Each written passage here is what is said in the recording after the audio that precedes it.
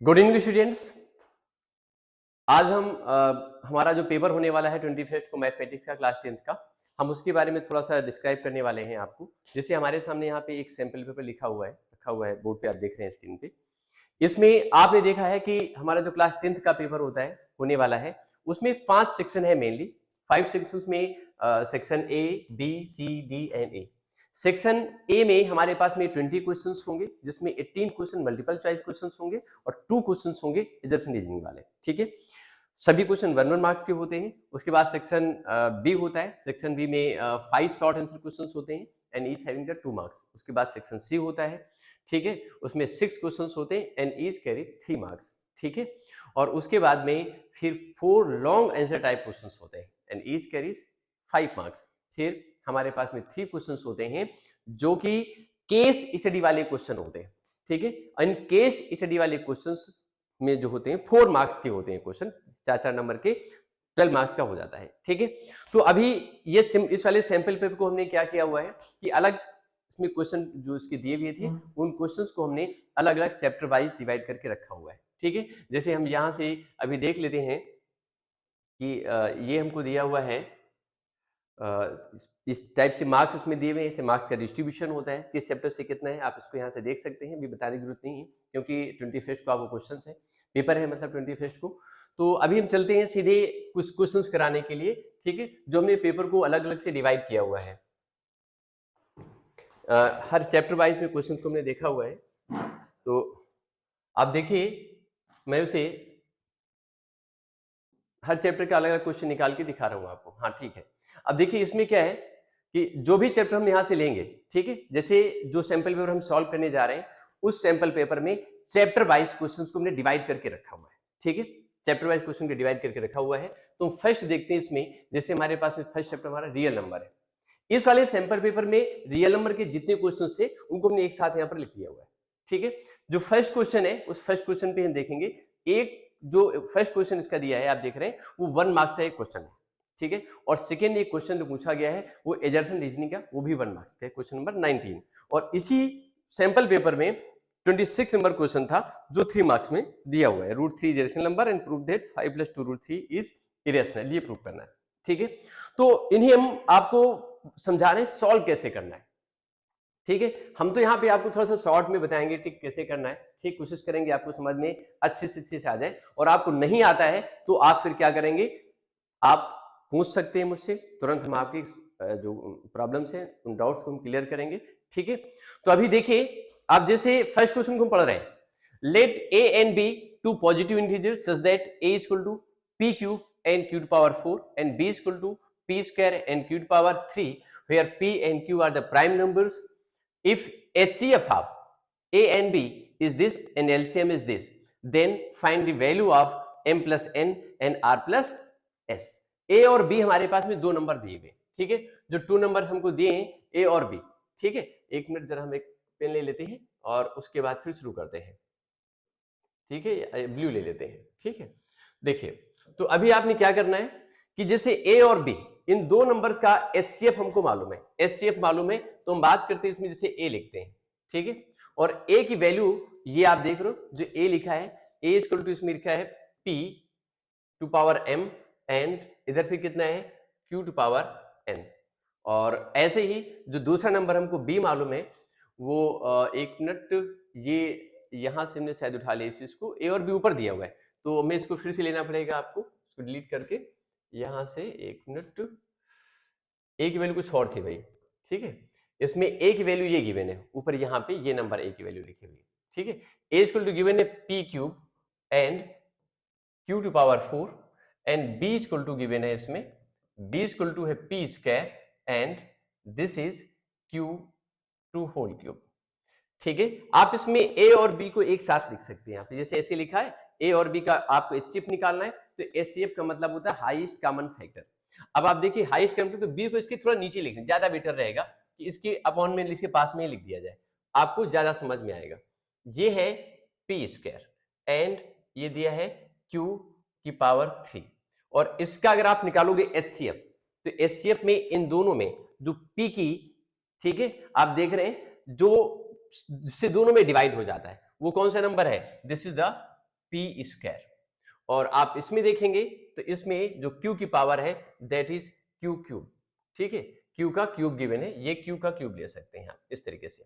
तो HCF आपने जो निकाला यहां से, HCF of A and B, ये p स्क्वायर और इधर कितना है q का होल क्यूब। और हमें जो ऑलरेडी HCF मालूम है इसका, वो HCF कितना मालूम है, p to power m and q to power n given है। तो ये HCF इस HCF के इक्वल होना चाहिए। अगर इसको हम इक्वल करेंगे, इक्वेट करेंगे, तो इक्वेट करने पे क्या निकलेगा, it will be p to power m and this will be q to power n। ये ऐसे इनको आप कंपेयर कर लोगे। जब कंपेयर करेंगे तो p की पावर कंपेयर करने पे m equal to you will get 2 and n equal to आपके पास में हो जाएगा 3। और इधर से अगर आप निकालेंगे m प्लस n, जैसे हमको यहाँ पे निकालना था उसकी वैल्यू को m प्लस n, तो m plus n equal to आ जाएगा 5। एक चीज हो गई। ऐसे ही बोला गया इनका एलसीएम, एलसीएम भी बोला गया है। तो a और b का अगर आप एलसीएम निकालोगे तो इन दोनों का जो एलसीएम निकलेगा वो एलसीएम कितना हो जाएगा, यू नो, एलसीएम मतलब होता है इसमें जो मैक्सिमम पावर निकल के आ रही है, ठीक है। एलसीएम में ये कितनी हो जाएगी पावर, p टू पावर 3 होगी एंड q टू पावर कितनी हो जाएगी, 4 हो जाएगी। ऐसे हो गई। अब आपने क्या करना है, एलसीएम भी मेरे को यहां से दिया है ऑलरेडी पहले से ही, p to power r and q to power s given है। तो ये वाला जो एलसीएम आप देख रहे हैं, इस वाले एलसीएम को इस वाले एलसीएम जो मैं ऑलरेडी क्वेश्चन में गिवन है उससे इक्वेट करना है। अगर उससे इक्वेट करेंगे हम तो ये क्या निकलेगा, देखो मैं इधर लिख दे रहा हूं इस साइड में, ठीक है। ये p टू पावर 3 निकली हुई है एंड q टू पावर कितनी है, ये 4 है। और ये एलसीएम इस वाले एलसीएम के इक्वल होगा, मींस ये p स्क्वायर एंड q की होल क्यूब। एक मिनट, यहां पे दिया है शायद, ये r और s की फॉर्म में दिया है, एक मिनट उसको लेना पड़ेगा। r और s की फॉर्म में गिवन है, तो इसको डिलीट करिए पावर को और पेन को फिर से लीजिए। ये आपको ऑलरेडी पहले से गिवन है, p to power r and q to power s। अगर आप कंपेयर करके निकालते हो तो r इक्वल टू आपको 3 मिलेगा और s इक्वल टू आपको 4 मिलेगा एंड r प्लस s आप निकालोगे तो 7 निकलेगा। अब आपने क्या करना है, हमसे ये पूछा गया था इसकी वैल्यू बताओ, m plus n and r plus s। m plus n की वैल्यू जो आपने निकाली हुई है वो 5 निकाली है, वो कितनी है, वो 5, यहां लिख दीजिए 5। और r प्लस s की वैल्यू कितनी गिवन है, आपने निकाली है 7, इसको ये 7 हो गया। Then answer is the 35। इसमें कोई ऑप्शन है 35, so answer C is the correct. C answer इसका करेक्ट हो गया, 35 विल बी आंसर, ठीक है। इसको डिलीट करते हैं और फिर चलते हैं अगले पॉइंट पे, तुरंत इसके दूसरे क्वेश्चन को देखते हैं, ठीक है। ये देखिए,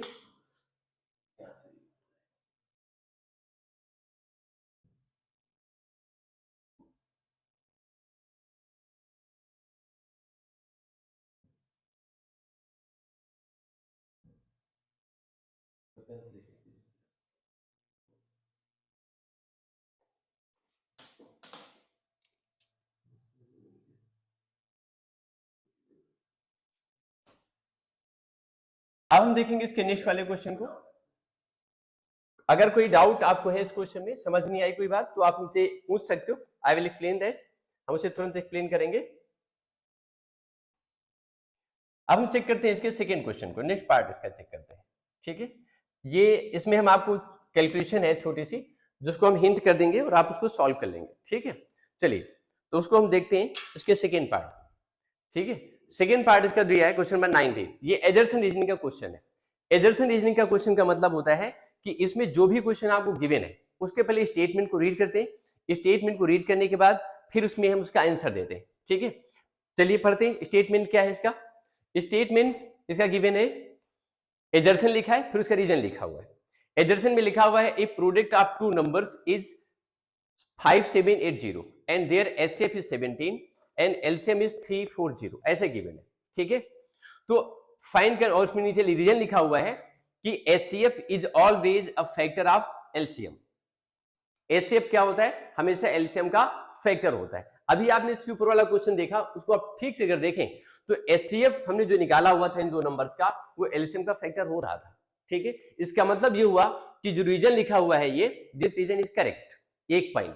दूसरा पॉइंट यहाँ पे लिखा हुआ है, जो मेरे पास एक आइडेंटिटी होती है हमारे पास में, कि product of two numbers is equal to the product of HCF and LCM.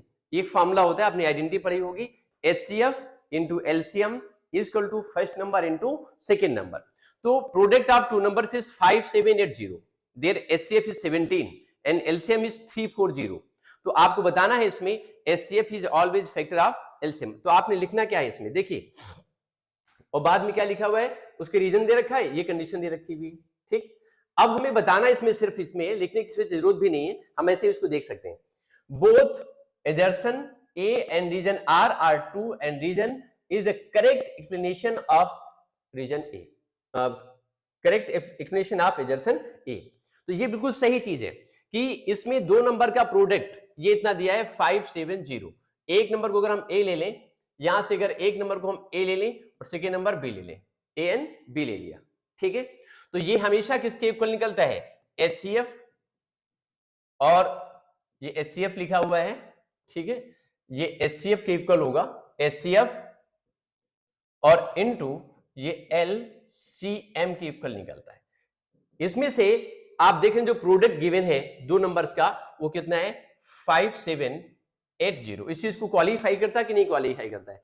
HCF इसमें 17 है और LCM कितना है 3, 4 एंड 0।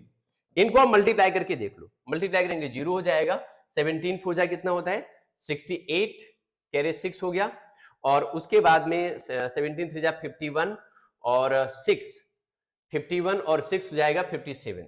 इट मींस ये नंबर क्या हुआ, इस नंबर के इक्वल निकल आया, ठीक है। यहाँ पे ये 7 है, 0 गलत बन गया, यहाँ पे इसको हटा दीजिए, 5780। ये चीज बिल्कुल कंफर्म हो गई कि product of two numbers is equal to HCF into LCM। ये वैल्यू हमारी निकल आई। तो अब इसमें से हम एक चीज देख रहे हैं और ये भी देख रहे हैं कि HCF अगर इस चीज को क्वालिफाई करता है तो सेकेंड पार्ट जो दिया है इसका करेक्ट एक्सप्लेनेशन है LCM जो आप देख रहे हैं 340।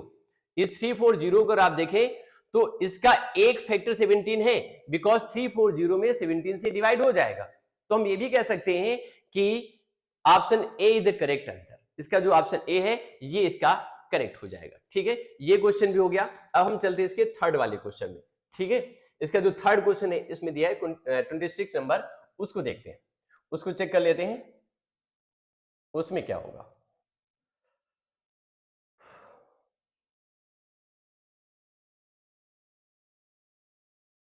इसमें गिवन है आपको, given that √3 is irrational, prove that 5 + 2 √3 is irrational. √3 irrational number है, ठीक है, ये हमको पहले से मालूम है, प्रूव भी कराया गया होगा। बच्चों को नहीं आता है तो एक बार एग्जांपल्स दिए हैं बुक में, बहुत सारे देख सकते हैं। तो मैं ये भी प्रूव करना है कि 5 + 2 √3 इज इरेशनल, ये प्रूव करके दिखाना है, ठीक है। 3 मार्क्स में क्वेश्चन है। आप अपनी ओर से कोई 2 नंबर्स एज्यूम कर लीजिए, ठीक है। Let us assume that there are 2 co-prime numbers A and B. आप अपनी ओर से 2 co-prime numbers A और B को assume कर सकते हैं। सपोज आपने कोई 2 प्राइम नंबर लिए, co-prime, एक A ले लिया और दूसरा कितना ले लिया, B ले लिया, ठीक है। अब ये co-prime नंबर A और B लिया और ये हमने मान लिया, ठीक है, कि ये इसके इक्वल है। यहां पे हम मान के चल रहे हैं ये कैसा है, हम इसको ये मान के चल रहे हैं ये कैसा है, रेशनल है। यहां पर A को भी रेशनल लिया, B भी रेशनल, का रेशियो क्या निकल के आएगा, वो भी रेशनल हो गया। Both are coprime, it means ये जो फ्रैक्शन निकल के आ रहा है ये रेशनल नंबर है, ठीक है। ये हमने ज्यूम कर लिया, और अगर ये रेशनल है हमने इसके इक्वल लिया हुआ इस चीज को, ऐसे ज्यूम कर लेंगे 5 plus and this is 2 √3, this is the 2 √3, ये हमने ऐसे ज्यूम किया, ठीक है। अब हम एक चीज यहां से देख रहे हैं, ये 2 √3 गिवन है, इस तरीके से इस 5 को इधर लिया, ये A/B -5 इक्वल टू 2 √3 ऐसे लिया। अब यहां से आप इसको एलसीएम लेंगे तो ये A माइनस इधर कितना हुआ 5 √3, 5B होगा, this will B 5B, this is the 5B, ये 5B हुआ एंड अपॉन में B हो गया, इधर कितना हो गया 2 √3, ठीक है। इस 2 को इधर डिवाइड कर देंगे तो 2 को डिवाइड करने पर क्या निकलेगा, you have A minus 5B upon 2B and this is equal to √3, ये चीज निकल करके आ गई। अब यहां से क्या प्रूव करके निकला, एक्चुअल में हम इसको लेकर के चले थे कि ये आपका कैसा है, रेशनल नंबर है, बिकॉज A एंड B दोनों को-प्राइम थे, इसमें कुछ भी कॉमन नहीं था, इसलिए ये नंबर हम लेकर के चले थे कि this is the rational number, मतलब इसको रेशनल लिया था और रेशनल को हमने इसके इक्वल लिया हुआ था। अब आप देखो यहां से हमने तो इसको पूरा सॉल्व किया तो √3 हमारा निकला, और रूट 3 इसके इक्वल निकल करके आ गया। ऑलरेडी हमारे पास में ये मालूम है कि रूट 3 इज इरेशनल, हम जानते भी हैं कि रूट 3 इरेशनल है और वो इसके इक्वल निकल के आया, ठीक है। तो फाइनल नंबर जो निकल करके आया वो रूट 3 के इक्वल निकला। इसका मतलब ये हुआ कि जो हम यहाँ पे कॉन्सेप्ट लेके चले थे कि ये आपका रेशनल है, रेशनल नहीं है, बल्कि ये पूरा क्या है, इरेशनल नंबर हो गया। आपको यही लाइन लिख लेनी है, ठीक है। So our assumption a upon b 5 plus 2 root 3 is rational is wrong, and correct is that a minus I means 5 plus 2 root 3 is irrational because this number equal to root 3 is the irrational number। आपको सिर्फ इसमें इतना ही करना है, यही line लिखनी है, ठीक है। ये 3 मार्क्स का क्वेश्चन है, ठीक है। और इससे रिलेटेड अगर कोई डाउट आपके पास में then you can ask me, हमसे आप पूछ सकते हैं and I will explain that. हम उसको आप एक्सप्लेन करते हैं। अभी इसमें कुछ चेंज हो जाता है, कुछ क्वेश्चंस पैटर्न में कुछ चेंज हो गया। पैटर्न में बेटा इस टाइप जो क्वेश्चंस इस बार आने वाले हैं उसमें सिर्फ यही चीज पूछी जा सकती है, जैसे कि इसमें लिखा है रूट 3 को रेशनल प्रूव करिए, रूट 2 को रेशनल प्रूव करिए, ठीक है। और जैसा फर्स्ट क्वेश्चन दिया हुआ है इससे ज्यादा और कुछ नहीं। या फिर इस टाइप क्वेश्चन आ सकता है कि 2 numbers are given, HCF is given and find the LCM, या फिर आपको HCF LCM मालूम है आपको, ठीक है, एक नंबर मालूम है, फाइंड द सेकंड नंबर, ठीक है। इस टाइप क्वेश्चन आ सकता है, ठीक है। बाकी इस टाइप और ज्यादा खास नहीं आना है इसमें, ठीक है। So will just moving in the, जी बेटा, ओके। तो we are just moving in the next topic. Next topic हमारे पास में कौन है, पॉलिनोमियल में चलते हैं, ठीक है। तो पॉलिनोमियल हमारे पास में जो हमने सैंपल पेपर लिया था उसमें हमारे पास में 2 क्वेश्चन हमको दिए हुए हैं, ठीक है। और ये बताना है इसमें कि जैसे फर्स्ट क्वेश्चन हम देख रहे हैं 1 मार्क्स का है, सेकंड क्वेश्चन जो हमारे पास में दिया है इसमें आया था वो 3 मार्क्स में, ठीक है।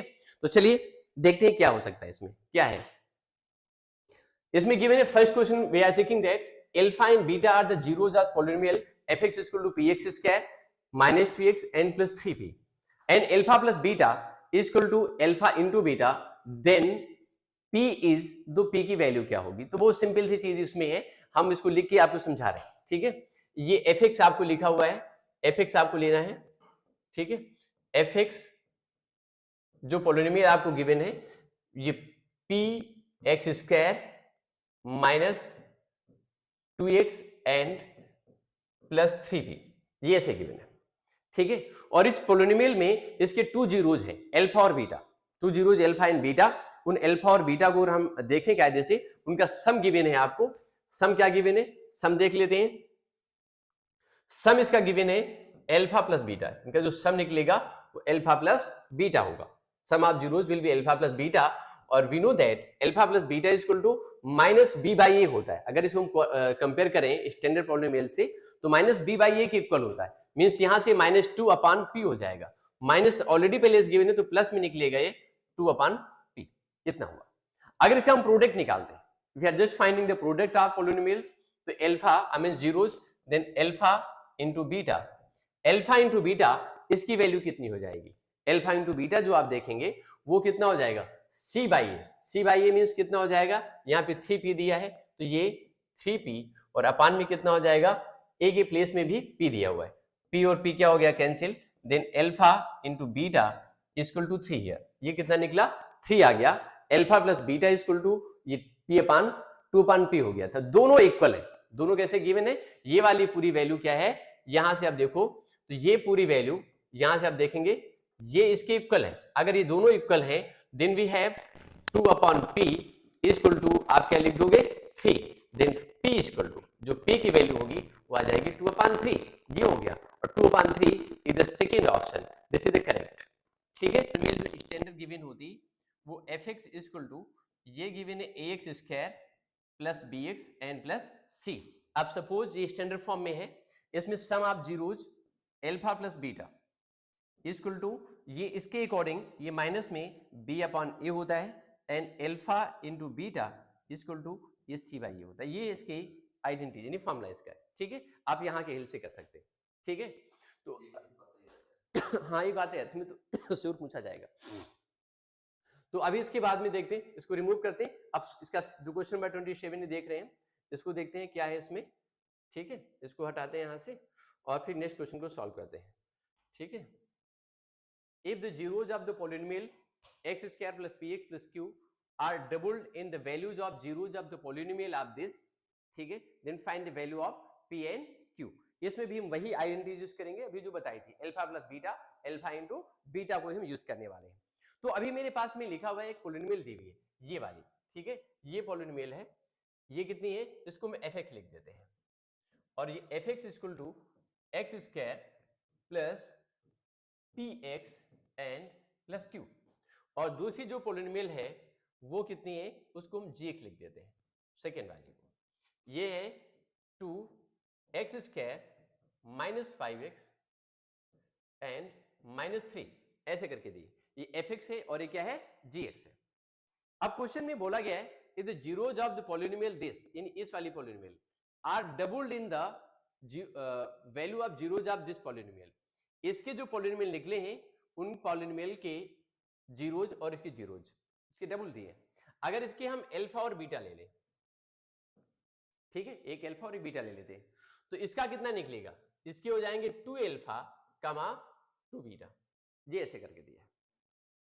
देखो भैया मेरी बात, क्वेश्चन की लैंग्वेज पे ध्यान दीजिए। If zeros of the polynomial यानी x square plus p x plus q, ठीक है, are double in the value of zeros of the polynomial of this, कहने का मतलब इनका क्वेश्चन का ये है कि इस वाले पॉलिनोमियल जो ऊपर वाले लिखी हुई है, इसके जीरोज जो नीचे वाली पॉलिनोमियल है उसके जीरोज के जस्ट डबल है।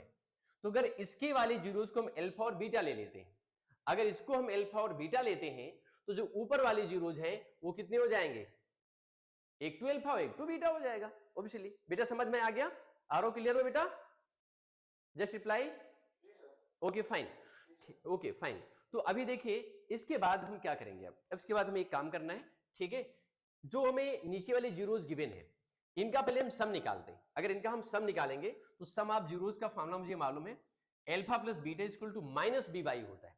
अगर स्टैंडर्ड क्वाड्रेटिक से या स्टैंडर्ड जो हमारी पॉलिनोमियल इक्वेशन होती है क्वाड्रेटिक पॉलिनोमियल, उससे कंपेयर करें तो ए हमारे पास में ये है जो आप देख रहे हैं, ए हमारे पास में कौन सा होगा, ये इसमें से जो बी निकलेगा, ए जो आप देखेंगे ये होगा, बी ये पूरी वैल्यू -5 होगी, सी ये होगी। तो अगर यहां से हम अल्फा प्लस बीटा निकालते हैं तो उसके अकॉर्डिंग ये माइनस बी बाई ए होता है कि नहीं होता है।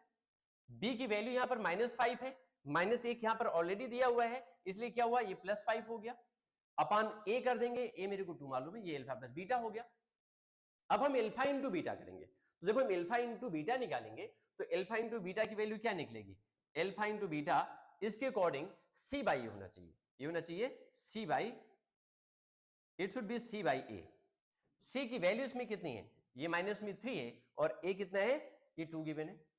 अब आप देखो जो ऊपर वाली इक्वेशन आप देख रहे हैं ये वाली, इसके जो जीरोज है उसका सम अगर हम निकालें, then this should be 2 alpha plus 2 beta equal to minus b by a, यहां पर भी होगा 2 alpha plus 2 beta equal to कितना होगा, माइनस में बी बाई ए होगा। तो आप यहां पे बी आप इसको देख रहे हैं पी है, तो ये माइनस में सिर्फ पी निकलेगा, ठीक है। आप समझो हमारी बात को, इसमें से अपन 2 कॉमन ले लेंगे, 2 को कॉमन लिया और अल्फा प्लस बीटा आ गया इक्वल टू माइनस में पी। अल्फा प्लस बीटा की वैल्यू हम ऑलरेडी कितना निकाल चुके हैं, यहां देखो ये -5/2 है, तो 2 इंटू ये 5/2 इक्वल टू माइनस में पी हो गया। 2 और 2 को मैंने कैंसिल कर दिया, तो आप फाइनली देखो ये 5 बचा, माइनस इधर ट्रांसफर हो जाएगा, तो p इक्वल टू -5 हो गया, ये आ गया p की वैल्यू। ऐसे ही हम q की वैल्यू भी निकाल सकते हैं, अल्फा इंटू बीटा कर ले, तो अल्फा इंटू बीटा हम ऑलरेडी निकाल चुके हैं, और सेकेंड वाली क्वेश्चन जो यहां पे दी हुई थी, ठीक है, अगर हम उसके लिए देखें तो उसके लिए हम जब चेक करेंगे सॉरी, यहां से हम चेक करेंगे इसके लिए, तो सेकेंड वाली क्वेश्चन में इसकी बात कर रहा हूं, इसमें अगर निकालें प्रोडक्ट ऑफ जीरोज, इस वाली क्वेश्चन के लिए देखो हमें ऐसे सीधे लिख दे रहे हैं, इस वाली क्वेश्चन के लिए हम निकालेंगे प्रोडक्ट ऑफ जीरोज यानी 2 अल्फा इनटू ऐसे लिख दीजिए 2 बीटा, तो इट शुड बी क्यू, ये कितना होना चाहिए, ये होना चाहिए क्यू। अगर इसको हम क्यू लिखेंगे तो क्यू क्या निकलेगा, देखो यहाँ पे ना सी बाई ए होता है, ए के प्लेस से 1 दिया हुआ है, ठीक है, तो क्यू बाई ए हो जाएगा, तो ये निकला। इसमें से 2 2 4 हो गया, अल्फा इंटू बीटा मेरे पास लिखा हुआ है, अल्फा इंटू बीटा हमने ऑलरेडी कहीं निकाल रखा हुआ है, इसकी वैल्यू देखो कितनी लिखी, ये alpha into beta equal to q, ठीक है, और अल्फा इंटू बीटा की वैल्यू हमने क्या निकाली, -3/2। तो 4 और इसकी वैल्यू -3/2 इक्वल टू क्यू कर दिया। 2 टू जा 4 है, 2 हो गया। तो फाइनली मेरे पास जो क्यू की वैल्यू निकली वो क्यू इक्वल टू कितना हो गया, -6 आ गया। ठीक है बेटा, मेरी बात समझ आ गई यारो? ये क्लियर हो गया? पी और क्यू की वैल्यू निकाल दी हमने। ओके फाइन, तो नेक्स्ट टॉपिक में मूव करते, ठीक है, और इसको रब कर देते। चलिए इसको रब कर देते। Yes sir.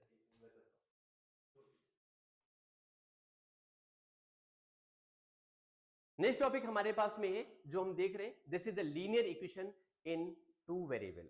ठीक है, टू वेरिएबल का मतलब ये होता है कि यहां पर x और y दोनों ही होंगे। ठीक है, linear equation in two variable अगर हम उसकी बात करेंगे, ठीक है, तो देखते हैं linear equation in two variable में जैसे हम चेक कर ले रहे हैं, फर्स्ट क्वेश्चन चेक कर रहे हैं इसमें। ठीक है, अब इसमें आप देखेंगे दो इक्वेशन हमारे सामने लिखी हुई है। ये क्वेश्चन लिखिए, if the system of equations 3x + y = 1 and 2k - 1 = x into x plus k - 1 into y = 2k + 1 is inconsistent, then find the value of k। हमें यहाँ पर k की वैल्यू फाइंड करनी है। ठीक है, अगर इनकंसिस्टेंट है तो उस केस में आप देखेंगे क्या निकलेगा। इनकंसिस्टेंट का मतलब यहाँ पे a1/b1 = a2/b2 = c1/c2, कोई एक दो इक्वेशन इक्वल कर लीजिए, सीधे ले आएगा। ठीक है, तो स्टैंडर्ड इक्वेशंस में कंडीशंस आप ऐसे कर सकते हो, a1/ ये आप a2 = b1/b2, ये आप लगा दीजिए। ठीक है, इसमें से a1 की वैल्यू हमारे पास कितनी दी है, 2k - 1, a2 कितना है, 3 दिया हुआ है, तो आप इसको लिख दीजिए 2k - 1/3, b1/b2, b1 की वैल्यू इसमें कितनी, ये k - 1 है, दिस इज k - 1, और अपॉन b2 इसमें आप देखो y का कोफिशिएंट इसमें 1 है बेटा, तो हमने 1 लिख दिया। ठीक है, और बेटा यहां तक समझ आ गया मेरी बात? ओके, इसे क्रॉस मल्टीप्लाई कर लो, अगर हम क्रॉस मल्टीप्लाई करते हैं तो ये कितना हो जाएगा। अब इसको सॉल्व कर लेंगे बेटा, आप बेटा इसके आगे सॉल्व कर लेंगे आप। ओके फाइन, तो मैं इसको रब कर दे रहा हूं, इसके आगे आप सॉल्व खुद से करना। ठीक है, कोई डाउट है then you can ask me personally. ठीक है, ओके, तो मैं इसे अगले क्वेश्चन पे चलता हूं। ठीक है, this is also very good question, ये भी बढ़िया क्वेश्चन है जो हम बताने जा रहे हैं आपको। ठीक है, ये हमने इसको रब कर दिया, और अभी हम देखते हैं इसका अगला क्वेश्चन क्या है, नेक्स्ट क्वेश्चन। ठीक है, ये वाला क्वेश्चन नंबर इसका हम देख रहे हैं, क्वेश्चन नंबर 21। ठीक है, 21 नंबर क्वेश्चन को चेक करते हैं बेटा। 21 में क्या है, ये क्वेश्चन है 21 नंबर। ये लिखा है 49x + 51y = 499, एंड सेकेंड इसमें क्वेश्चन दी हुई है 51x and plus 49y = 501, and then find the value of x and y। तो आपको x और y की वैल्यू को फाइंड करना है। ठीक है, देखिए ये भी बहुत अच्छा क्वेश्चन है। इस क्वेश्चन को सॉल्व करने के लिए linear equation in two variable में है, x और y की वैल्यू निकालना है। सॉल्व करने का कोई मेथड नहीं लिखा है कि आपको सब्स्टिट्यूशन से निकालना है या एलिमिनेशन मेथड से निकालना है, किस मेथड से निकालना है, क्रॉस मल्टीप्लिकेशन रूल से निकालना है, यहाँ पे कुछ नहीं लिखा है, कुछ भी मेंशन नहीं किया है, तो आप किसी मेथड से निकाल सकते हो। ठीक है, और इसमें सबसे अच्छा होता है कि आप सब्स्टिट्यूशन मेथड लगा दो। ठीक है, सब्स्टिट्यूशन मेथड से आप जल्दी से निकाल ले जाओगे। ठीक है, और सब्स्टिट्यूशन मेथड क्या होता है कि एक इक्वेशन से x या y की वैल्यू निकाल के दूसरी इक्वेशन में सब्स्टिट्यूट कर दीजिए, वहां से वैल्यू निकल के आ जाएगी। तो अब मैं इसको आपको दिखा रहा हूं, जैसे ये फर्स्ट क्वेश्चन दिया हुआ है, फर्स्ट क्वेश्चन है इसकी 49x एंड प्लस ये कितना है 51y = 499, ये फर्स्ट क्वेश्चन है। सेकेंड है इसमें x और प्लस ये 49y एंड साथ में इसके दिया है 50 और 1। अब देखिए हाँ, ये 51x है, सॉरी ये 51x है, ये 51x यहाँ पे ये मिस हो गया था, 51x + 49y 501। ठीक है, तो यहाँ पे एक चीज आप देख रहे हो, बहुत सिंपल से है कि 49x है, तो यहाँ 49y दिया हुआ है, हम किसी से वैल्यू कैसे भी निकालें, ठीक है, कैलकुलेशन तो बढ़ेगी ही बढ़ेगी।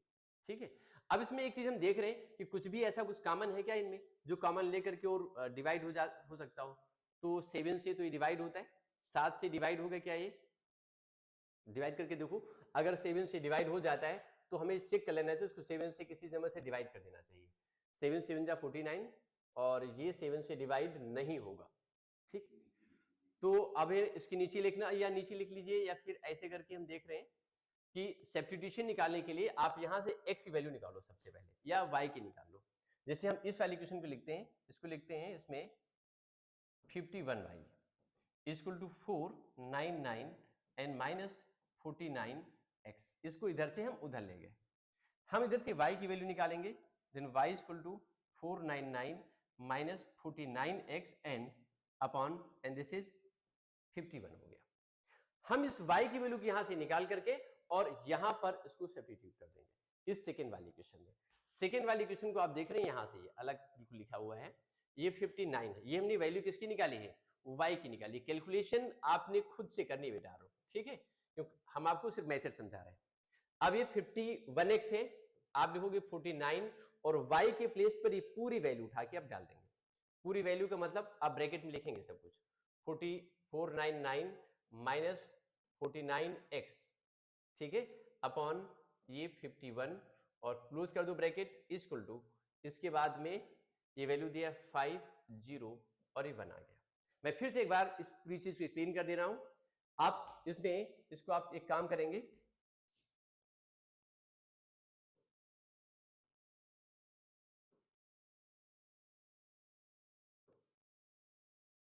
नहीं चलेगा,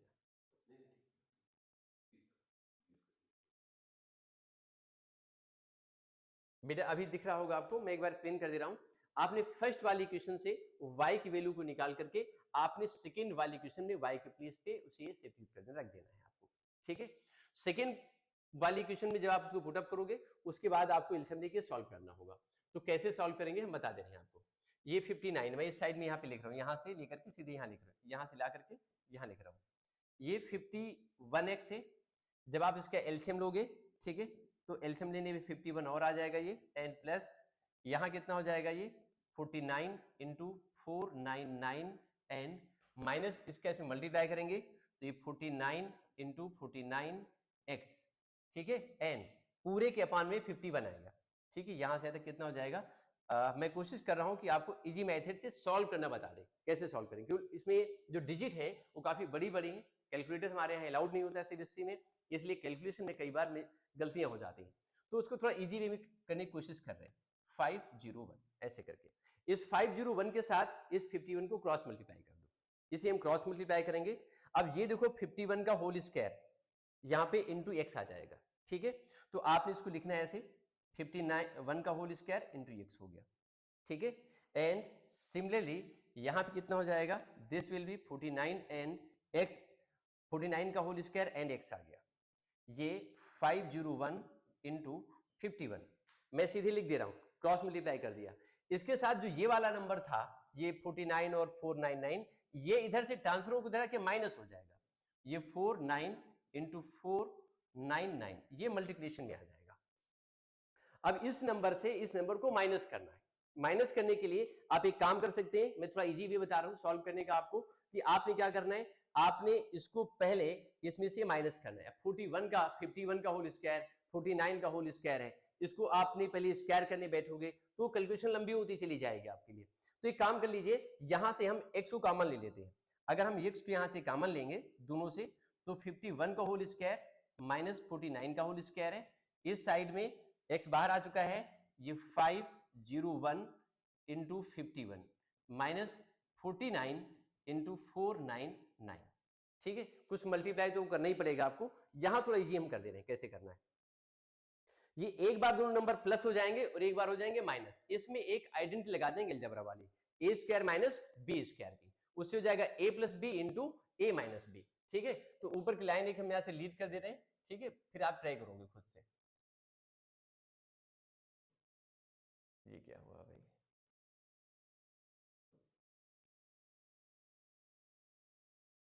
ये देखिए,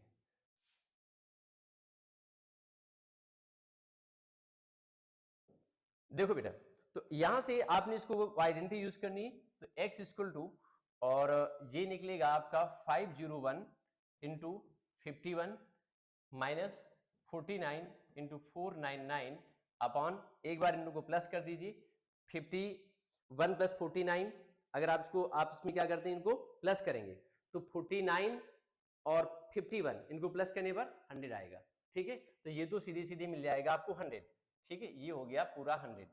जब a प्लस बी करेंगे तो 100 और a माइनस बी करने पे क्या निकलेगा, ये सिर्फ निकलेगा 2। ठीक है, अब आपके पास ये कुछ चीजें इजी हो जाएंगी। इनको मल्टीप्लाई करिए, इसे मल्टीप्लाई करिए, उसके बाद माइनस कर दीजिए, फिर 200 से डिवाइड कर दीजिए, तो आपके लिए थोड़ी चीजें कैलकुलेशन इजी हो जाएगी। जब x निकल आएगा तो x निकालने के बाद फिर आप किसी जो वैल्यू निकाल के चले थे ये वाली, इसमें डाल के इससे y की वैल्यू आ जाएगी। नाउ इस मेथड बताया, समझ आया आपको? ओके, और कोई मेथड्स करना चाहते हो उसको, यही मेथड सही था आपके लिए? कौन सा? एलिमिनेशन से कैसे करेंगे? ठीक है, चलो एलिमिनेशन से बता देते हैं। एलिमिनेशन से बता दें हम आपको बेटा? ओके, एलिमिनेशन से समझा दे रहा हूं। ठीक है, देखिए इसी क्वेश्चन को एलिमिनेशन मेथड से समझा दे रहा हूं। इसे करने के लिए आपने इक्वेशन लिखनी है, ये 49x plus 51y and equal to 499, ये फर्स्ट इक्वेशन। सेकेंड नोट करनी है आपको, ये 51x and plus 49y equal to 501। ठीक है, अभी आपने क्या करना है, इसके साथ यहां पे और यहां पे दोनों इक्वेशंस में एलिमिनेशन के लिए हमें x या y किसी एक के कोफिशिएंट को इक्वल करना है। इसमें सपोज हम y को इक्वल कर लेते हैं, तो इस साइड में y का जो कोफिशिएंट है वो 51 है, यहां पर कितना दिया है, 49 दिया हुआ है।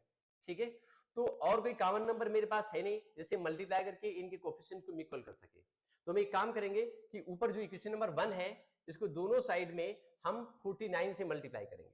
ठीक है, मल्टीप्लाइड विद 49। सेकेंड वाली इक्वेशन में y को इक्वल करने के लिए हमें इसके दोनों साइड में 51 से मल्टीप्लाई करना होगा। ठीक है, 51 से मल्टीप्लाई कर देंगे, तो जब इसको 49 से आप मल्टीप्लाई करोगे तो ये मेरे पास निकल के आएगा 49 का मल्टीप्लाई 49 के साथ होगा, तो 49 square into x plus 51y के साथ में आपको ये 49 भी होगा। y को उठाइए एक मिनट के लिए, 51 इंटू 49 और y इक्वल टू 499, ये 99 है बेटा, और इंटू 49। सेकेंड वाली क्वेश्चन में आप 51 से मल्टीप्लाई कर रहे हो। ठीक है, तो ये हो जाएगा 51 का square into x n plus ये 51 इंटू 49 y और साथ में ये 501 इंटू 51, इसमें इसको माइनस कर दीजिए। ठीक है, जब आप माइनस करोगे तो माइनस करने के लिए ये डिजिट जो नीचे वाली क्वेश्चंस होती हैं, ठीक है, वो क्वेश्चंस में आप देखते हैं कि ये माइनस का हो जाएगा, ये माइनस और ये माइनस, ये पूरा कैंसिल हो गया। ओके ओके, क्वेश्चन नंबर 32 देखते हैं। To fill a swimming pool, two pipes are used. If the pipe of larger diameter used 4 hours and the pipe of smaller diameter for 9 hours, only half of the pool can be filled in. Find how long it will take for each pipe to fill the pool separately. If each pipe is smaller diameter takes 10 hours more than the pipe of larger diameter to fill the pool. Question को चाहिए कि हमें इसे 2-3 बार पढ़ लें, 1-2 बार पढ़ें, तो हमें टाइम इसीलिए मिलता है। ठीक है, 15 मिनट पहले कि पेपर को रीड कर लें और क्वेश्चन को समझ लें। पढ़ने करने से पहले हमें एक बार को रीड करना चाहिए प्रॉपर्ली। इसमें लिखा है to fill a swimming pool 2 pipes are use. एक स्विमिंग पूल को फिल करने के लिए 2 पाइप हम यूज करते हैं। इफ द पाइप ऑफ, ठीक है, जैसे आप देख रहे हैं कोई आपने यहाँ से ऐसे करके लिया हुआ है, ठीक है, ऐसे आप कोई पूल ले लीजिए, पूल को फिल करना है तो उसमें हम 2 पाइप ऐसे करके ऐसे यूज कर सकते हैं। ठीक है, 2 पाइप हम यूज करें, यहाँ से इन पाइप से वाटर क्या आ रहा है, बाहर आ रहा है। इधर से भी आप एक पाइप यूज कर सकते हैं, ऐसे करके ऐसे ये को फिल करना है। ठीक है, अब इसमें से ये बोला गया है कि if the pipe of larger diameter used for the 4 hours, जो बड़े डायमीटर वाला, यहाँ पे एक पाइप होगा जिसका डायमीटर क्या होगा, बहुत बड़ा होगा, ऐसे करके ये आप देख रहे हैं, ये बड़े डायमीटर का पाइप है। ये क्या करता है, use for 4 hours and the pipe of smaller diameters use for 9 hours, और जो छोटा वाला पाइप है छोटे डायमीटर का, वो कितना यूज करता है, 9 hours यूज करता है। ठीक है, तो अब आप देखिए इसमें कह रहे हैं only half of the pool can be filled. ठीक है, इसमें आप कह रहे हैं कि to be fill a swimming pool 2 pipes are used. If the pipe of larger diameter used for the 4 hours and the pipe of smaller diameter used 9 hours, बड़े वाले पाइप को हम यूज करते हैं बड़े डायमीटर का 4 घंटे के लिए और छोटे वाले को यूज करते हैं 9 घंटे के लिए, ठीक है। तो अब इसमें कह रहे हैं only half of the pool can be filled, तो केवल आधा तालाब ही भर पाता है, ठीक है। आगे कह रहा है find how long it will take to each pipe, दोनों पाइप अलग अलग कितना टाइम लेंगे, ठीक है। तो फिल द पूल सेपरेटली, अलग अलग फिल करने में कितना टाइम लेंगे। If the pipe of smaller diameter takes 10 hours more than the pipe of larger diameter to fill the pool, ठीक है। पूरे पूल को फिल करने के लिए जो छोटा वाला पाइप है वो 10 घंटे ज्यादा का टाइम ले लेता है, ठीक है। तो अब आप इसमें देख सकते हैं let the pipe of the larger diameter, जो लार्जर डायमीटर का पाइप है या स्मॉलर डायमीटर का पाइप है वो कितना लेता है, 1 साल लेता है, ठीक है, उसको फिल करने के लिए, ठीक है। और जो दूसरा वाला है हमारा पाइप दिया हुआ है वो उससे 10 घंटे कम लेगा, ठीक है। जो छोटा ये पाइप है ये कितना टाइम ले रहा है, अगर इसको हम x आवर्स ले लिया तो जो ये वाला है वो x माइनस 10 लेगा, या अगर हमने इसको x ले लिया तो इसको कितना लेंगे, x प्लस 10 आवर्स लेंगे, यानी ये 10 घंटे कम लेता है, ये 10 घंटे ज्यादा लेता है, ठीक है।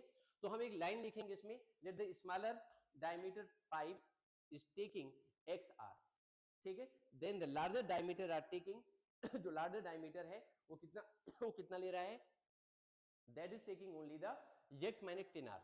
तो एक के लिए let the smaller pipe is taking x hours, ठीक है। तो लार्जर कितना लेगा, larger is taking x minus 10 hours, ऐसे करके ले लिया, ठीक है।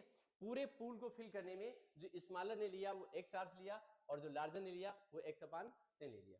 तो 1 आवर में अगर हम आपसे पूछें कि 1 आवर में ये वाला कितना फिल करेगा, पार्ट फिल करेगा, ठीक है। तो आप देख लीजिए 1 आवर में जो फिल कर सकता है पूरा फिल करता है x आवर में, तो 1 आवर में कितना फिल करेगा, 1 आवर में फिल करेगा 1 अपान x, ठीक है। 1 आवर में फिल कर देगा 1 अपान x पार्ट उसका। उसी तरीके से जो दूसरा वाला पाइप है, ठीक है, जो दूसरा पाइप आप देख रहे हैं वो दूसरा पाइप कितना फिल करता है, दूसरा पाइप फिल करता है 1 आवर में, लार्जर वाला जो दिया है वो फिल करता है, आप ऐसे कह सकते हो, 1 मिनट इसको हटा दो यहां से, दूसरा वाला जो फिल करेगा वो फिल करेगा 1 अपॉन x माइनस 10, 1 घंटे में, 1 आवर में। जो पूरा फिल करता था छोटा वाला पाइप 1 बाई x आवर्स में, तो 1 घंटे में इतना करेगा।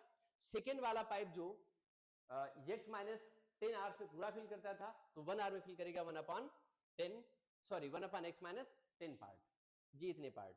अब छोटा वाला जो पाइप था लार्जर डायमीटर उसको हमने 4 घंटे के लिए ओपन किया है, तो 1 आवर में इतना कर रहा था तो 4 आवर में इतना करेगा। वैसे ही छोटे वाले को हमने यहाँ पे जो ओपन किया था वो 9 आवर्स के लिए ओपन किया था, तो 9 आवर्स में इतना करेगा, ठीक है। अब यहां से एक बात हम देखने वाले हैं, ठीक है।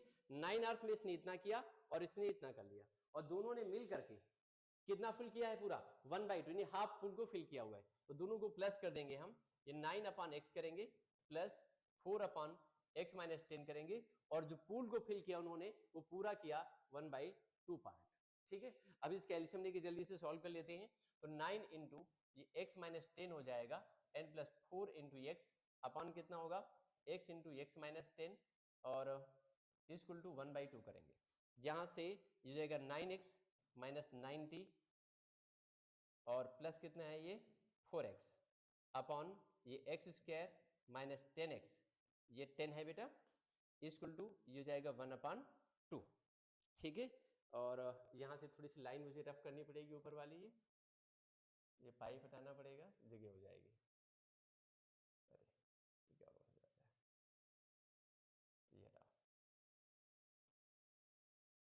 अब देखो ये 9 प्लस कितना हो जाएगा, ये 13 हो जाएगा, 13x माइनस 90 अपॉन ये x square minus 10x n equal to 1/2 से क्रॉस मल्टीप्लाई कर देंगे तो 26x minus 180 equal to and ये एक्स स्क्वायर माइनस 10x, ठीक है। अब देखिए ये क्वाड्रेटिक आपकी बन गई पूरी, थोड़ा सा इसको एक लाइन और इसकी रफ कर लीजिए तो सही जी हो जाएगा लिखने के लिए। ये देखिए ये, तो ये भी हमारे पास में हुआ x square, this is the x square 10x और माइनस में हो जाएगा 30, 6x and plus 180 equal to 0। ये क्वेश्चन निकल करके आ गई। ठीक है, अभी हमें क्या करने हैं, इसके फैक्टर्स करने हैं। ठीक है, इसके फैक्टर्स करके आप सॉल्व कर लोगे बेटा। और ये हमने जो बताया वो आपको समझ आई कॉन्सेप्ट की नहीं आई? ओके, देखो बेटा, मैं ये क्वेश्चन नंबर 8 देख रहा हूं, मैं फिर से इसको रीड करता हूं एक बार। A train travels 360 kilometre at a uniform speed. If the speed has been taken 5 kilometre per hour more, it would have taken 1 hour less for the same journey. Find the speed of the train. ठीक है, बहुत आसानी से हम solve कर सकते हैं। आप ऐसे मान लीजिए कि आप जिस स्पीड से जा रहे हैं, सपोज आपने घर से आप अपने स्कूल जा रहे हैं। ठीक है, आपने घर से अपने स्कूल जा रहे हैं, आपके घर से आपके स्कूल की डिस्टेंस 10 किलोमीटर है। आप साइकिल से जा रहे हैं या बाइक से जा रहे हैं, कार से जा रहे हैं, कैसे भी जा रहे हैं। ठीक है, तो जिस स्पीड से आप जा रहे हैं उस स्पीड में अगर 5 किलोमीटर पर आवर को बढ़ा दिया जाए, उसकी स्पीड को बढ़ा दिया, वो सिंपल सी बात है, समझ लीजिए कि आप जैसे जा रहे हो उससे थोड़ा तेज चलना शुरू कर दीजिए। स्पीड पहले आपकी 60 थी कार की, अब स्पीड को हमने 80 कर दिया। ठीक है, तो जब स्पीड बढ़ेगी तो ऑब्वियसली टाइम क्या होगा, कम लगेगा। कई बार होता है ना कि हमें स्कूल को देर हो जाती है तो हम जल्दी भागते हैं, दौड़ते हुए चलते हैं, या गाड़ी की स्पीड को बढ़ा देते हैं तो हम जल्दी पहुंच जाते हैं, कम टाइम में पहुंच जाते हैं। वही सिंपल चीज है कि एक जर्नी को कवर करने में 360 किलोमीटर जो डिस्टेंस थी उसको कवर करने में 1 घंटे कम का टाइम लगेगा अगर स्पीड हमारी 5 किलोमीटर पर आवर ज्यादा होगी। ठीक है, यहाँ पे सिंपल क्यों लग गया? तो इसमें हम एक कंडीशन लेकर के चलेंगे यहाँ पे बेटा। ठीक है, हम क्या कंडीशन लेंगे, let the speed of train be 1 kilometre per hour. Let the speed of train be x kilometre per hour. ठीक है, समझ आया कि नहीं बेटा? ओके, अब आप देखो उसने टोटल डिस्टेंस कितनी कवर करी है, 360 किलोमीटर। तो आप एक लाइन और लिख सकते हो, द टाइम टेकन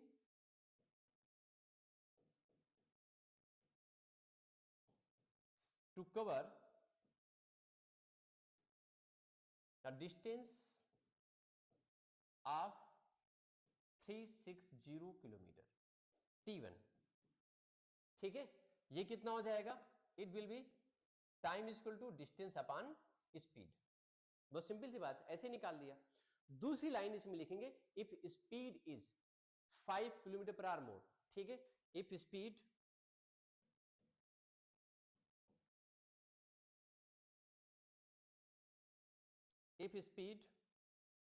ये गलत हो गया यहाँ पे, इसको जरा रफ करो यहाँ से जल्दी से। हाँ, if speed is 5 kilometre per hour more, अगर ये ज्यादा है, ठीक है, तो न्यू स्पीड क्या निकलेगी, न्यू स्पीड ये हो जाएगी x plus 5 kilometre per hour.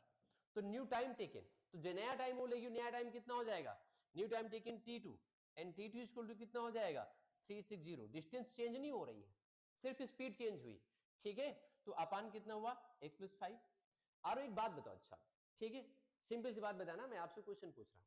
ठीक है, ये हमारे पास में दो टाइम है, एक टाइम हमारे पास में कौन सा है, एक टाइम ये है और सेकेंड टाइम ये है। थोड़ी सी प्रॉब्लम हुई थी, आपको एक चीज बतानी है, यहां पर क्वेश्चन में एक गलती हुई थी।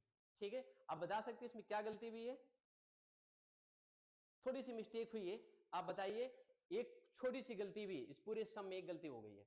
अब आप बताइए कि कौन सी गलती है, थोड़ा सा दिमाग लगाओ बेटा।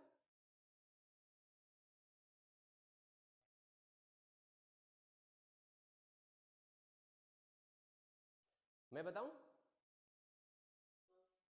ओके, यहां पे हम इस चीज को चेक करें, T1 को T2 को। ठीक है, T1 और T2 को चेक करें तो T1 इक्वल टू गिवन है 360 अपॉन x। ठीक है, यानी ये स्पीड कम है, और दूसरी कंडीशन है 360 अपॉन x प्लस 5। हमें देखना ये है कि ये टाइम ज्यादा होगा कि ये टाइम ज्यादा होगा, कौन टाइम ज्यादा है कौन सा टाइम कम है, बताइए।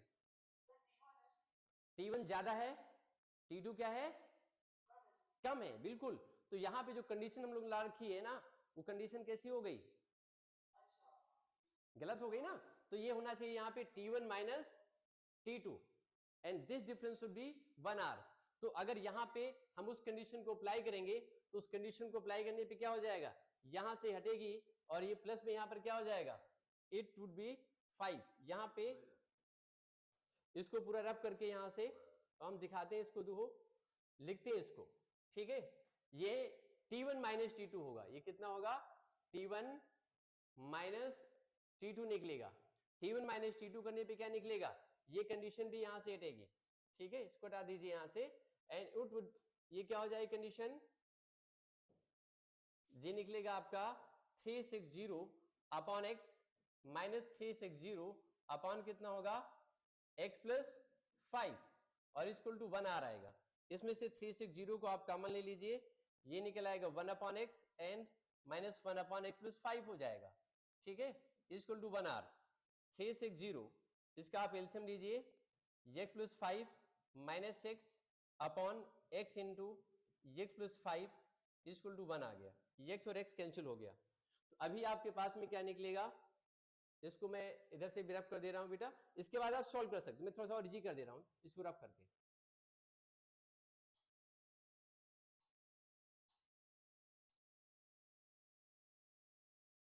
ये देखिए ऊपर ये रह जाएगा आपके पास में 5, ये कितना हो जाएगा 5 हुआ अपॉन, और 5 इंटू कितना हो जाएगा 360 अपॉन कितना है, ये एक्स स्क्वायर है प्लस 5x इक्वल टू 1। इसे क्रॉस मल्टीप्लाई कर दो, क्रॉस करने पे क्या निकलेगा, ये आपके पास में आ जाएगा एक्स स्क्वायर प्लस 5x, और इसको आप जब क्रॉस करेंगे तो माइनस में 0 हो जाएगा, और ये कितना आएगा 30 56 30 3 हो गया और 180, ठीक है, इक्वल टू 0 आ गया। इसके फैक्टर्स करने, अब इसके फैक्टर्स करके और आपको वैल्यू निकालनी इसमें से x। एक बार कंडीशन पूरी फिर से चेक कर लीजिए, ठीक है। ये 360 कॉमन लिया था, 5 से मल्टीप्लाई किया और आपने ये निकल आया। आप क्रॉस मल्टीप्लाई करेंगे और ये निकलेगा।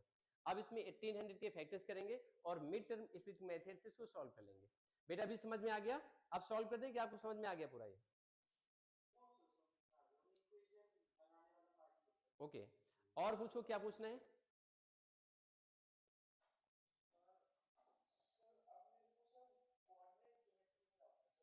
पूछो कौन सा क्वेश्चन, कोई क्वेश्चन के कोई डाउट है अलग से, ओके मैं अभी बता दे रहा हूँ, सेक्शन फार्मूला समझा दे रहा हूँ आपको, कोऑर्डिनेट ज्योमेट्री सेक्शन फार्मूला। इसमें सेक्शन फार्मूला कोई क्वेश्चन नहीं सर पेपर में, बुक से निकाल लो सर कोई।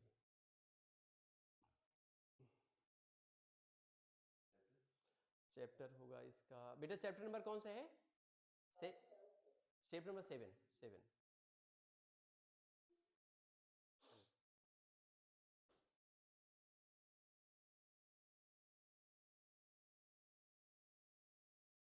बेटा मैं पहले आपको दोनों फार्मूले समझाता हूं और फिर उस पर बेस्ड क्वेश्चन समझा देता हूं, ठीक है।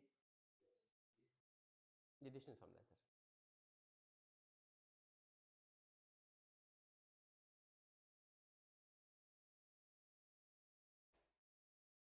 हाँ ये सेकंड फार्मूला है,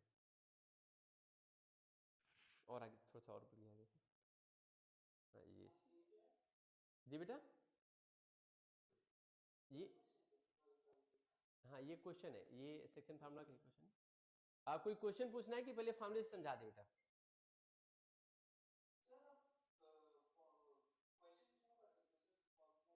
अच्छा फार्मूला आता है, ओके। तो क्वेश्चन आपको कोई अगर पूछना है अपनी ओर से तो आप क्वेश्चन पूछ लीजिए,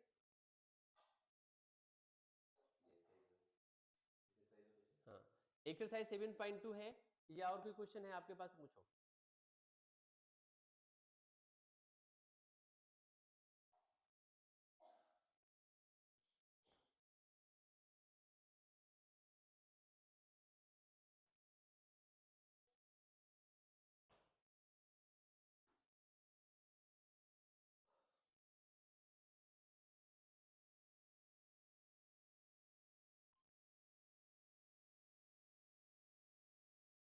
मैं बताऊं बेटा,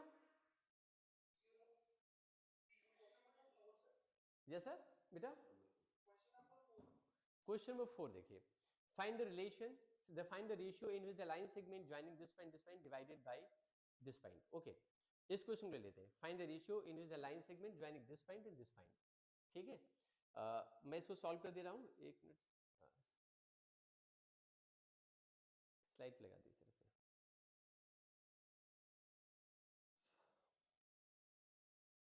ओके,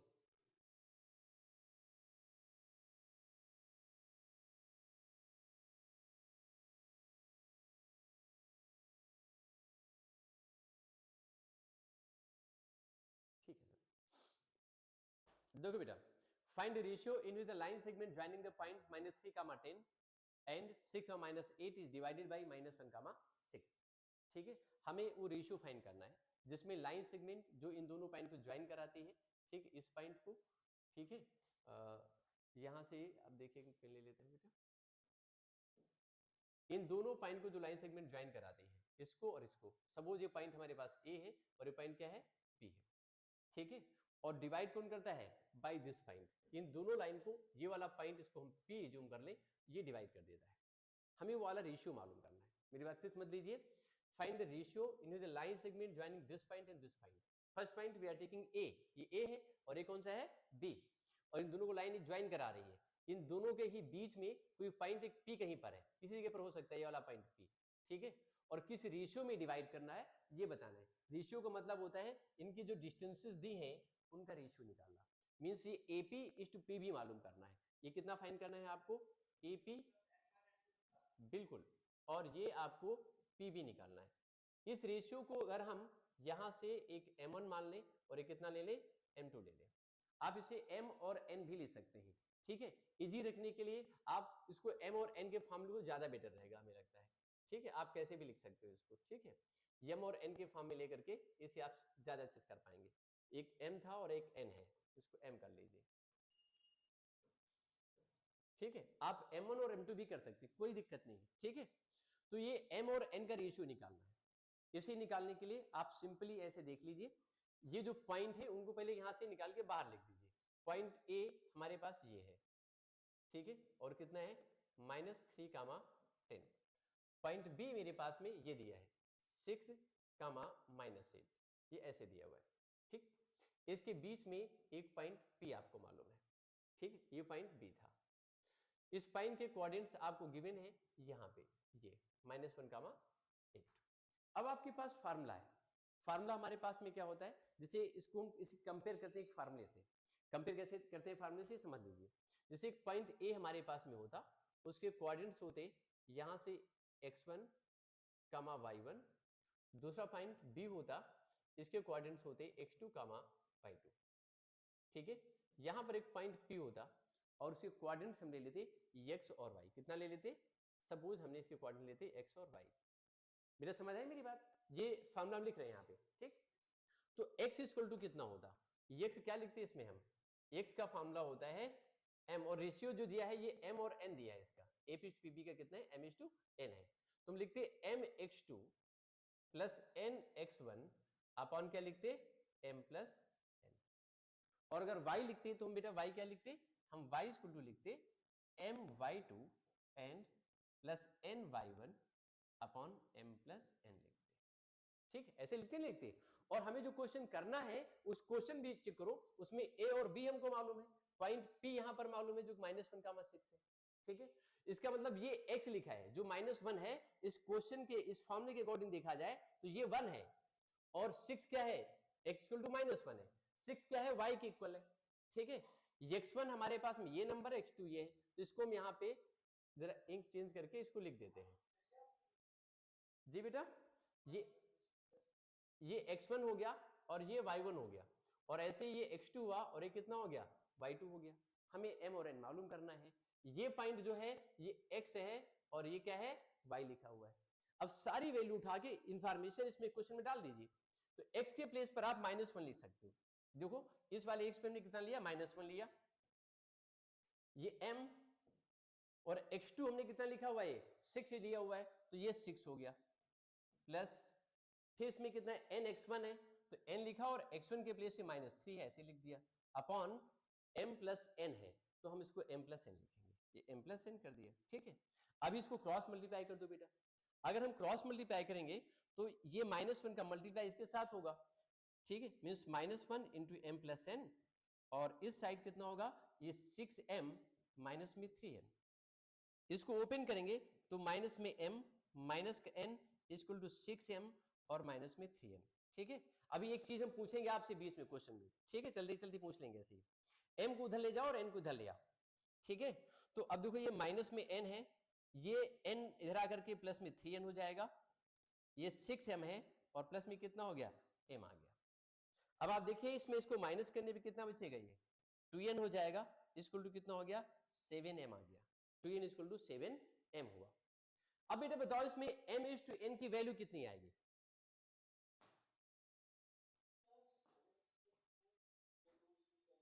जी बेटा, m is to n 7 is to 2 आएगी, यानी m अपान n निकालना है। आप फिर से सोचो, हाँ 2:7 आएगा, मतलब n को आप इधर ले जाओ, इसको आप इधर ले आओ, ऐसे करके। ठीक है, तो ये कितना होगा, 2/7 equal to m is to n। ये रेशियो आपने निकाल दिया। बेटा समझ आई मेरी बात, तो यही रेशियो निकालना था। आप आंसर चेक करो, आ रहा है कि नहीं आ रहा है।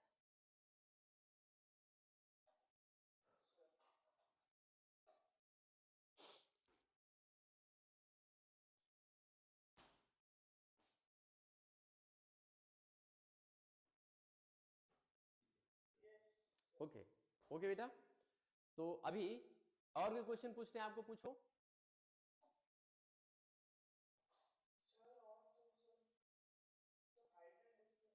चलो वहां से पूछो कोई क्वेश्चन। क्वेश्चन नंबर 10 देखिए, two poles of equal height are standing opposite each other on the either side of the road, which is 80 metre wide. दो पोल्स हैं, टू पोल्स, ठीक है, मेन पॉइंट पे ध्यान देना है, हमें टू पोल्स चेक करना है। एक पोल ये है हमारे पास में, ठीक है, टू पोल्स आप इक्वल हाइट, दोनों की हाइट इक्वल है, एक एक पॉइंट पे ध्यान देना है, are standing opposite each other on either side of the road, which is 80 metre wide.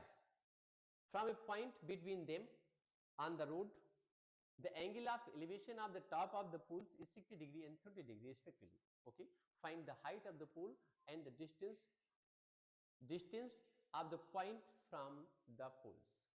ठीक है, तो सिंपल सी बात, पहले जब इसका हम स्केच बना ले जाएंगे, मतलब फिगर इसका बना लेंगे, तो चीजें हमारे लिए आसान हो जाएंगी। इसके लिए क्वेश्चन पे ध्यान देना है, इसकी थीम पे ध्यान देना है। ये कहा जाए दो इक्वल हाइट के पोल्स हैं, we having two poles of equal height. ठीक है, रोड के दोनों साइड में खड़े हुए हैं। ठीक है, तो जैसे, और रोड की चौड़ी कितनी है, केवल 80 मीटर। रोड की जो चौड़ाई है वो कितनी है, 80 मीटर चौड़ी है। रोड है चौड़ी सिर्फ 80 मीटर। क्लियर, तो हम एक सबसे पहले 80 मीटर वाइड एक रोड बना लेते हैं। ठीक है, थोड़ा सा और चौड़ी कर लो, ये ए पॉइंट हो गया और ए पॉइंट बी हो गया। इसकी विड्थ कितनी है, दिस इज द 80 मीटर, ये 80 मीटर यहां से यहां तक शो कर दिया। इसके इस साइड में एक पोल ये लगा हुआ है और उतनी हाइट का एक दूसरा पोल यहां पर है, ये दो पोल्स हो गए। अब आप देखो, ये रोड है 80 मीटर वाइड, ठीक है, इसके दोनों साइड में इक्वल हाइट के दो पोल हैं। हाइट मुझे मालूम नहीं कितनी है, ठीक है, तो हाइट को आप h भी जूम कर सकते हो, दोनों की हाइट h होगी। एक पॉइंट, इसी रोड पर कहीं पर एक पॉइंट है, सपोज वो पॉइंट हमने यहां ले लिया P। इस पॉइंट से जब हम एक पोल को देखते हैं तो उस पोल का जो एंगल ऑफ एलिवेशन है, ठीक है, वो हमें दिखाई देता है 60 डिग्री। वो कितना मिलता है, 60 डिग्री। और इसी जगह से खड़े होकर के दूसरे वाले पोल के टॉप को देखते हैं तो कितना दिखता है, 40 डिग्री, ऐसे करके रिस्पेक्टली। बेटा क्वेश्चन समझ आया आपको, ए बी, इसको सी और डी। बेटा क्वेश्चन का मीनिंग समझ आया, आरो बात समझ आई बेटा, फिगर समझ में आ गया, ओके फाइन। तो अब एक पोल से इस पॉइंट पी की, जहां से हम ऑब्जर्व कर रहे थे, उस पॉइंट की डिस्टेंस को हम ले ले x, तो दूसरे वाले पॉइंट अगर इसको x लेंगे तो टोटल 80 मीटर था, तो ये कितना बचेगा, ये 80 माइनस x हो जाएगा, ऐसे करके ये हो जाएगा 80 metre x, sorry 80 minus x metre हो जाएगा। अब आप पोल बना है तो ये 90 के एंगल बना रहा होगा, ये एंगल भी 90 का ही बनना होगा। तो now we see the triangle APD, triangle हम एपीडी को देखेंगे। In triangle in triangle APND। हम ट्रायंगल APD को चेक करेंगे एंड इन दिस ट्रायंगल, इस वाले ट्रायंगल में हम यूज करेंगे tan 60 डिग्री। क्या यूज करेंगे? tan 60। ठीक है, चलो यूज कर लो tan 60, क्योंकि यहाँ पे रिलेशन हाइट और उसकी बेस में, परपेंडिकुलर बेस में, ये हाइट से हमारा कोई मतलब नहीं है। हम tan 60 अगर यहाँ पर यूज करेंगे तो tan 60 की वैल्यू कितनी हो जाएगी? tan, बिल्कुल सही, h/x हो जाएगी। बेटा समझ आ गई थी बात?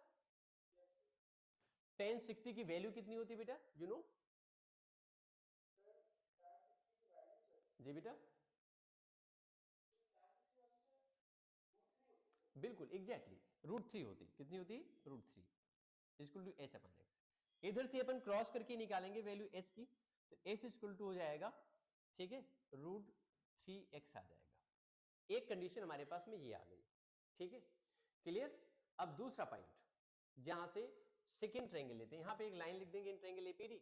Second time in triangle PBC ले लेंगे, इन ट्रायंगल PBC। अच्छा यहां बताओ, यहां पर हम क्या यूज करने वाले हैं सेकेंड ट्रायंगल में? बिल्कुल tan 30 यूज करेंगे। इसमें हम यूज करेंगे tan 30 डिग्री बेटा, ये हम यूज करेंगे tan 30 degree.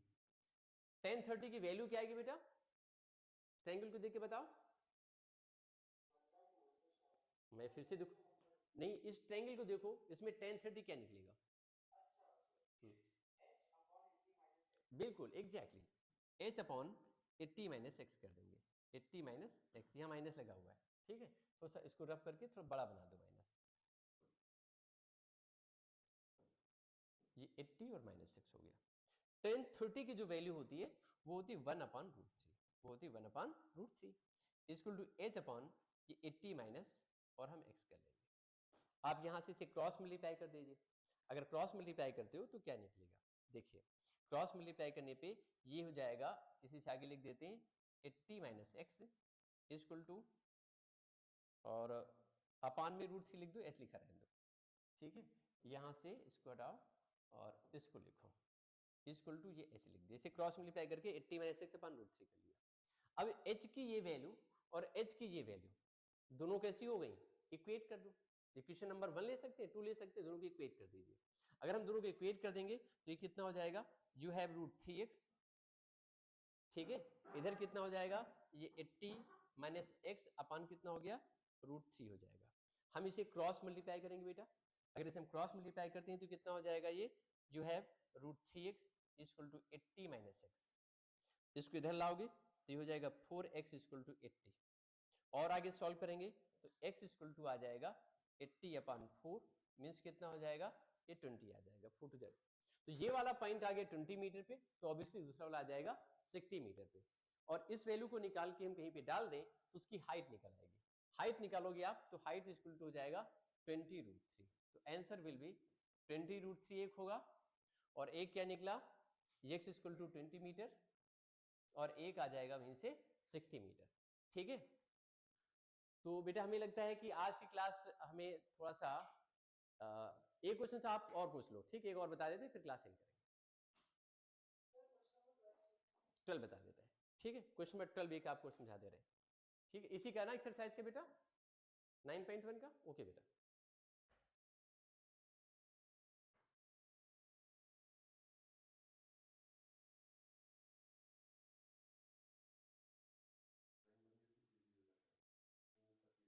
Ji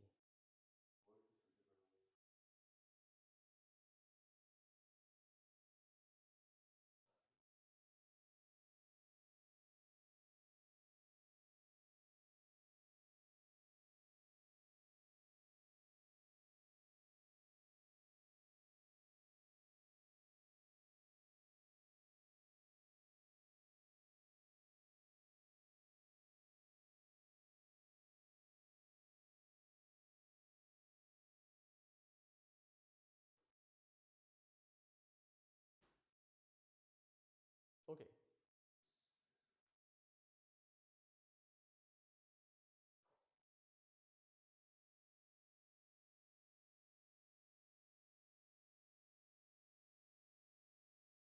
See the question number 12. From the top of a 7-meter high building, the angle of elevation of the top of a cable tower is 60 degree and the angle of dispersion of its foot is 45 degree. It's okay. Define the height of the tower. Tower की height बतानी है।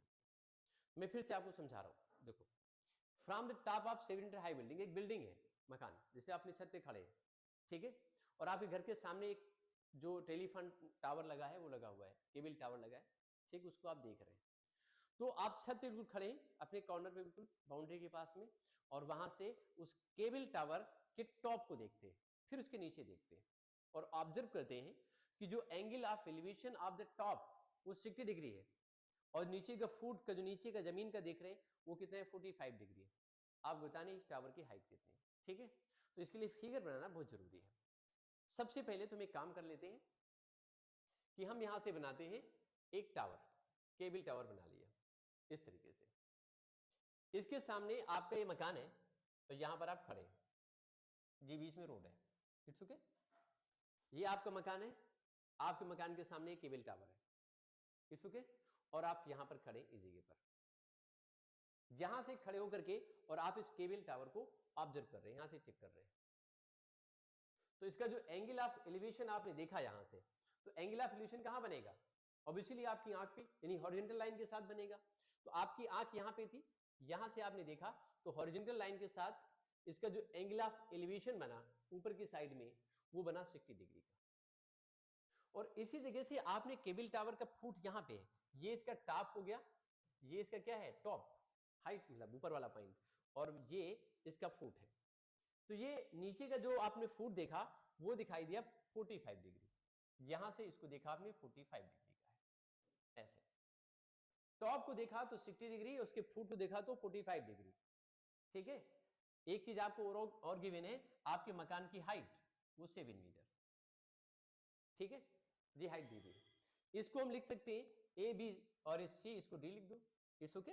आगे समझो, ये 45 degree, हमें बताना क्या है, इस पूरे टावर की हाइट बतानी है। आप यहां से एक चीज देखो कि आपके मकान की हाइट, ये हॉरिजॉन्टल लाइन आपने ड्रॉ करी, अगर ये 7 मीटर है तो यहां से यहां तक की ये वाली हाइट भी कितनी होगी, ऑब्वियसली कितनी होगी बेटा, आरो 7 मीटर होगी कि नहीं होगी, ये भी 7 मीटर होगी। एक चीज और बताओ जी बेटा,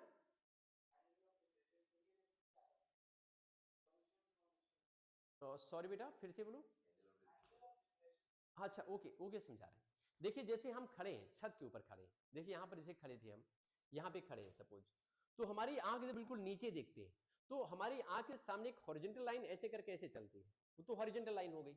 और उससे नीचे हम जितना देखते हैं, जैसे ये एक हॉरिजॉन्टल लाइन थी बिल्कुल पैरेलल ऐसे, आप छत पे खड़े थे, आपकी आंख यहां पे थी, तो सामने जो लाइन जा रही है हॉरिजॉन्टल लाइन हो गई, और उसके नीचे आप जितना देख रहे हैं वो एंगल ऑफ डिस्पर्जन नीचे हो गया। ऊपर देखते हैं तो एंगल आप जो ऊपर सर उठा के देखेंगे तो एंगल ऑफ एलिवेशन हो गया। बेटा समझ आया कि नहीं,